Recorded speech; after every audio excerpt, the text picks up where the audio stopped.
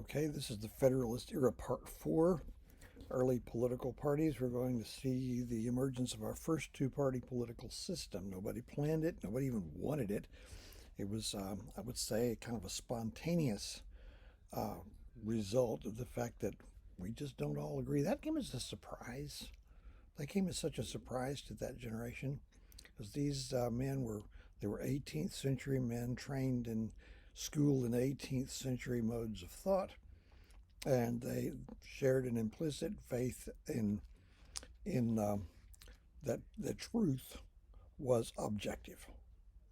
And we're kind of off the other end of the scale, thinking that you just kind of make up your own truth, and what's true for me might not be true for you, which is, I'm sorry, I stifle a giggle on that one. Don't. Hopefully, you're smarter than that. But truth is subjective.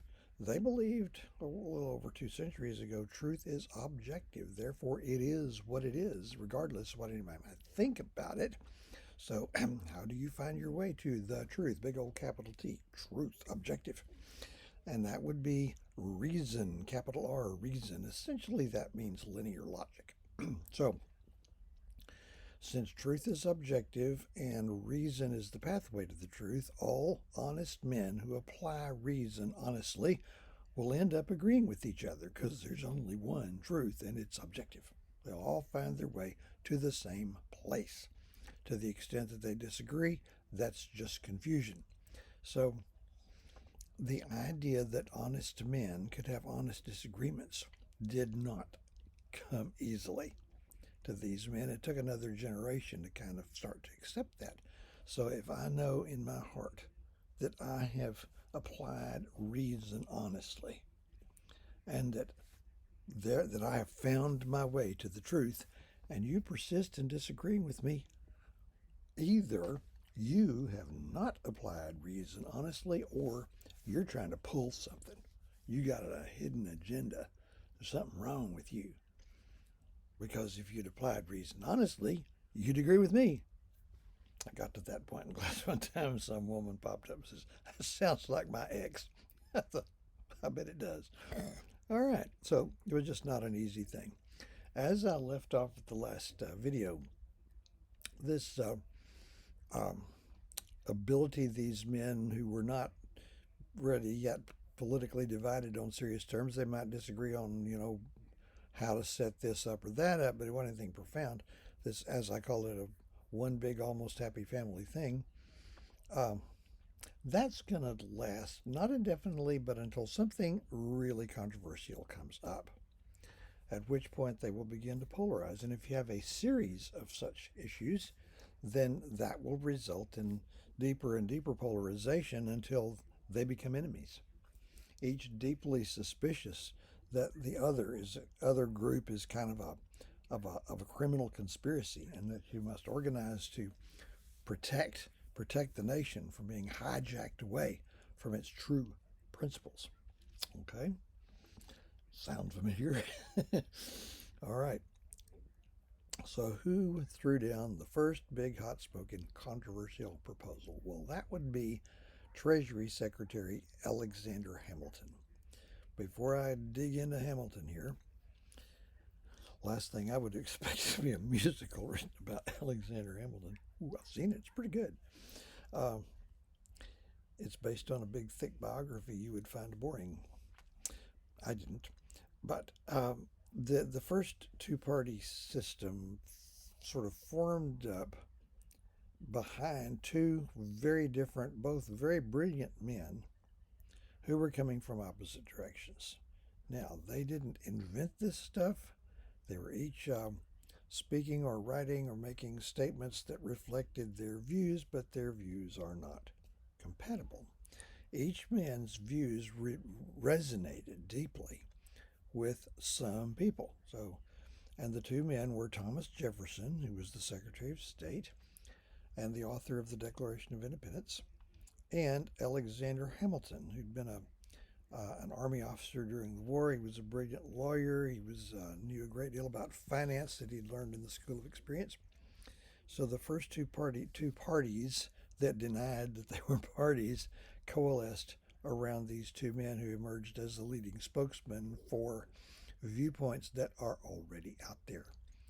Jefferson was a member of the Virginia aristocracy. He was a large landowner.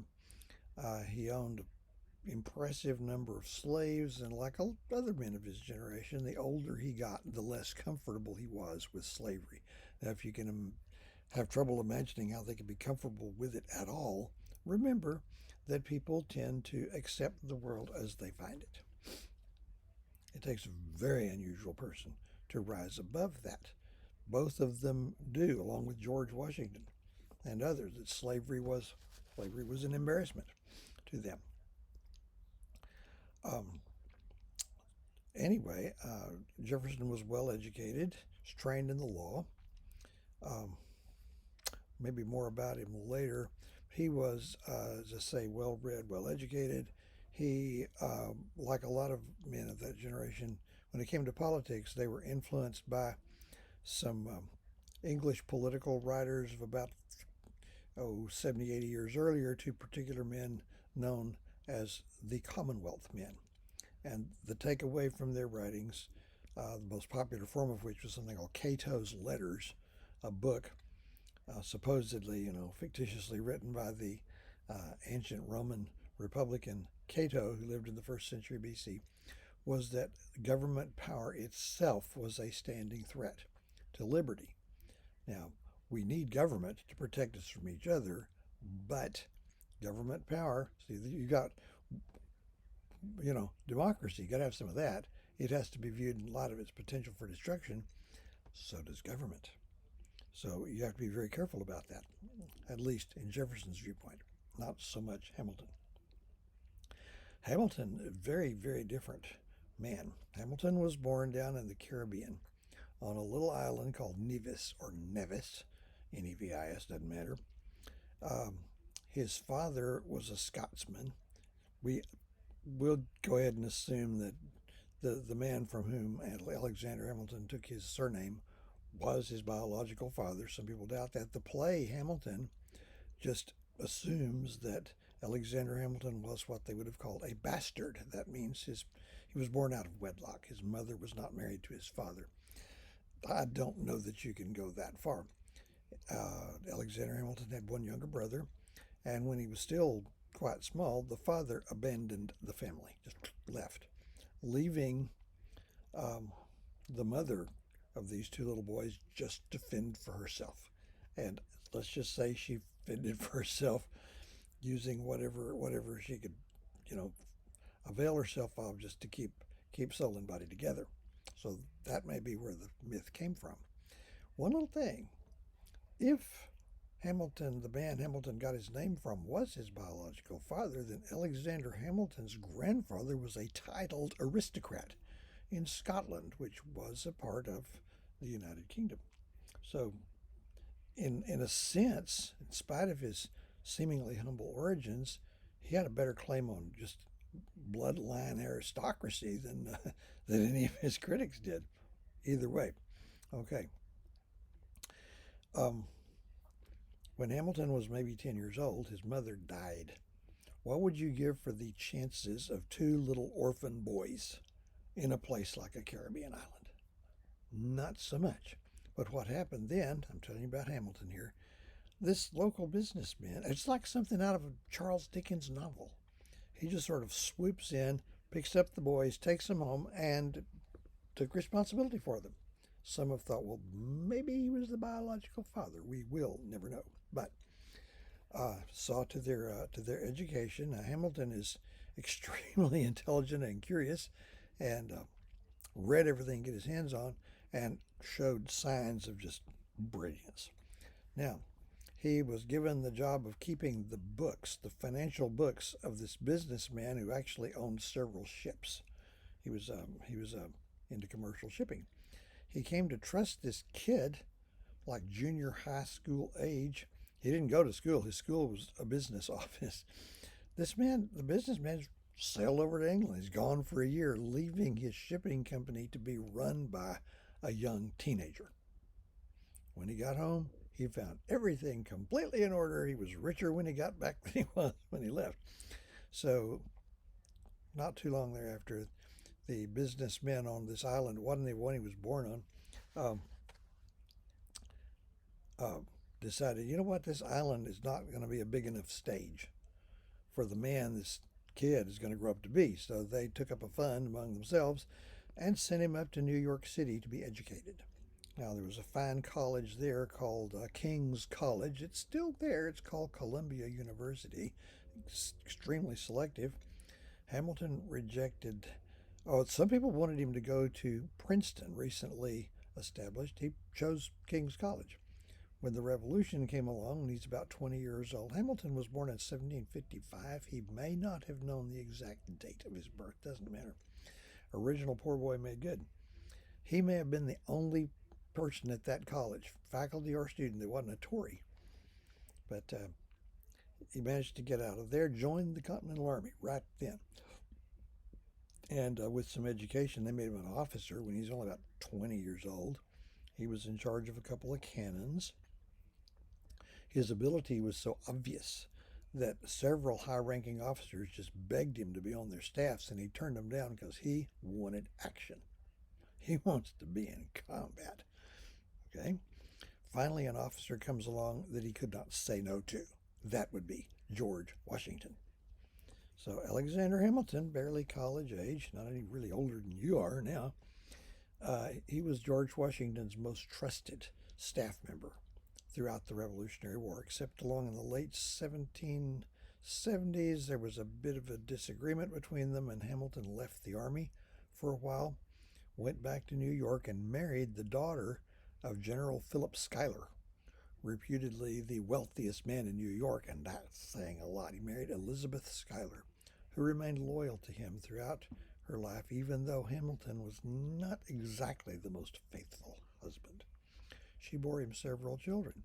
Now, even though Hamilton he's nobody from nowhere, his father-in-law seriously liked him.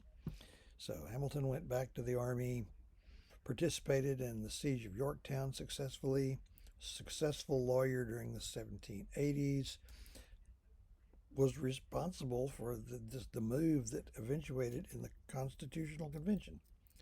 So, but his orientation was very much in business. Okay, now what were these two men's views on government? I'm going to deal with Jefferson first, because when you walk out the door, you're not going to be in Thomas Jefferson's America. You're going to be in Alexander Hamilton's America. So we'll get Jefferson out of the way first. Now, Jefferson's view of government was that it should be minimalist and decentralized. Now, those are words you use in conversation several times a day, right? No. Minimalist means that Jefferson's preferred type of government would not govern very much. That government should be kept in the background as much as possible. We should depend on people to exhibit public virtue and to behave themselves, respect each other's rights without having to do so, put the good of the community ahead of their own, and if they're elected to office, use government power for the public benefit, not their own private benefit. So there's Jefferson. He deeply distrusted any concentration of power, either in the hands of government or in the hands of business. Now, aristocrat that he was, he had a serious distaste for businessmen and bankers because they were nobodies. They don't have the pedigree or the polish to actually be leaders. They haven't qualified for it. They're a bunch of nobodies that got lucky and made some money, and now they think they're something on a stick. So his worst nightmare would be the U.S. becoming a commercial nation, turning it over to businessmen and bankers who are defined by their greed. There's a better word for that, but it escapes me right now. Because if you give them political power, they'll just use it to make themselves richer. The worst possible thing. Only polished aristocrats who've already made it, like himself, should be trusted with power. Not quite through with Jefferson, but we'll take it up in part 5.